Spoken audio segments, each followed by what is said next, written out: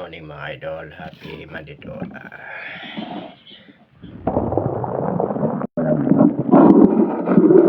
May isang page na para nabasa ko sa isang social media page patungkol ito sa mga truck driver. Nag-comment doon na pinabas tayo mga truck driver, which is mali naman. Maging patas lang sana tayo. Siyempre, bilang isang truck driver, ang yung lingkod, sumagot na rin po ako doon. Sa basta yun. Dapat, hindi naman tamang gano'n. Yung pocket truck driver ka, gano'n, pag nagkaroon ng aksidente, mali ka na agad. Dapat, dinala mo na sa English ka, hindi yung idadaan mo agad yung mga body na, mga kagaya kong kabady na mga trailer truck driver, na ganito ganyan, na ang saman tingin sa amin ng mga ibang tao. Bakit kami ang truck, kahit kami ang may, hindi naman lahat, kundi tama naman kami nasa linya, pero kami palang lumalabas ng mali kasi malaki yung truck namin, which is mali naman. In the past 2013 ba yun, nangyari na sa akin yung guys, yung ganun sinabi yung sinasabi patungkol sa mga ganyang aksidente. Bali, along GMA, nagkaroon ng aksidente nun na partner ko pa nun ay sa aking partner si Abalos nun.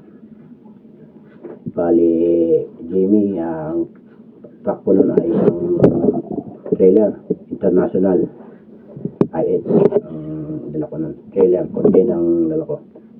Along game noon, makwento ko lang guys, mga idol, nagkaroon ako ng accident noon mga way back 2013 ba yun, mga ganun. International ang dala ko. Kung ako nasa tamang linya ako ng game, may kumat sa akin na isang Fortuner, pero nasa linya ko, pinapalabas doon. Ganun na nangyayari sa akin, yung nasa video na sinasabi ko guys, na napanood ko sa social media, na sinisiraan din yung mga kabady natin kaya gaya ko. Nangyari yun sa akin guys, na ganun na may kumat sa akin na SUV, yung Fortuner nga, which is naagapan ko naman, nakapag-preno ako, hindi ako nakagalaw, pero pinilit niya kasi nakita ko sa bomero ko na may sisingit. Anticipated ko na may sisingit na sasakyan galing sa kanan. Pauwi na ako dito sa lubang nun guys. Yun nga, although na-anticipate ko na ganun mangyari, para nakatigil na ako, nakapag-preno na ako kasi anticipate ko na lulusot para pagbigyan ko. Ngunit pinalusot ko nga, ngunit ang nangyari ay sinabi niya pakaliwa, lalong sumama ang imbis na makalusot siya, kung tumid lang siya, kinabi niya pakaliwa ko, kasi siguro natalanta dahil sa laki ng truck ko, yun, sumabit na nga siya guys. Pero ang nangyari guys, ito ganito, dahil Chinese, hindi naman foreigner, hindi na natin ganyan, basta foreigner siya, ito ganito ganyan, siyempre kinawas ng mga pulis. Siyempre ako naman bilang isang driver, ang laging thinking yun na open minded tayo guys, active tayo dapat.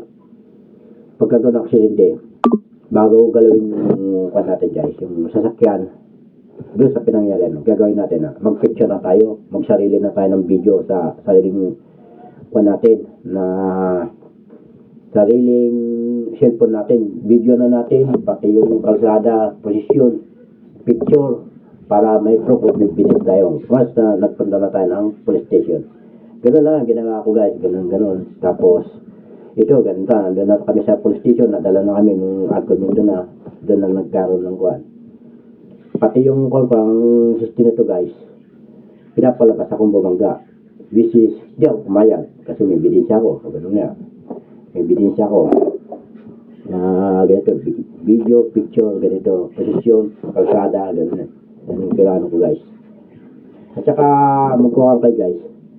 Ang ko, hindi ako pumayag dahil may ebidensya ko, yung bumper ko, kinalawit palabas. Which is, yun na, proof na yun guys. Kung sinabi nga ako bumangga, dapat ang bumper ko, nakapasok. Ay hindi, kinalawit palabas. Di ibig sabihin, pinilit niya, sinabitan niya, nilabas niya yung bumper. Ibig sabihin, siyang sumabit. Oh. Yun guys, yun, ganun na ganun nangyari sa isang content na binabas yung mga trailer truck na. Yun ang sinasabi ko sa inyo. Hindi porket truck driver, may kasalanan na. Ganun nangyari na yun guys. Talo yung foreigner. Nanala ko sa argumento. Oh. Kaya huwag niyo sasabihin na porket truck driver, siya na may kasalanan pagdating sa aksidente. Tignan natin yung investigasyon. Buti nga guys, sa ginawa kong pagbibideo sa picture ng ebidensya ko, nalala ko. Kasi ang nangyari, nagkakalagayan na time na yun, nagkakalagayan na. Which is, tapos yung yung sketch na, mali na. Hindi ako pumayag sa sketch ng police. Sir, ito yung video ko at sa picture. O lilaw-linaw naman, at saka yung bumper ko, tingnan, paano nang sabihin yung ako bumangga? Yung bumper ko nakalabas, kinalawit. O, yun pa lang. Napan na, hindi naman kumanangali yung SUV. Kasi siyang sumabit sa akin, sinabitan ako.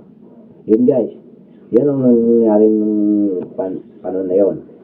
Na, ganun din ang nangyari dito sa Cornell. Kaya ikaw, na nagkukan ng mga trailer truck driver, kagaya namin na binabas mo, na kami ang laging mali pagdating sa kalsada, mali ka doon. Mag-imbestiga muna. Huwag yung sasabihin mong kasalanan bumangga ng truck driver na yan. Mayayabang kami. Tama ba yung sasabihin mong ganun? Siguro ikaw hindi naman sa panglalahat. Malit lang dinadala mo sa sakyan. Kaya akala mo siguro kaya hindi naman lahat ng mga driver na malilit. May mamaalis naman dyan. Ewan ko lang sa iyo bakit laki ng galit mo sa aming mga trailer truck driver, mga truck driver na nasa kalsada. Kami naghahanap buhay lang para sa pamilya namin. Hindi kami naghahanap ng away dito. Ito, kumita kami ng sapat, ng tama para sa pamilya. May uwi namin ng sarili namin ng ligtas, ayos na kami doon.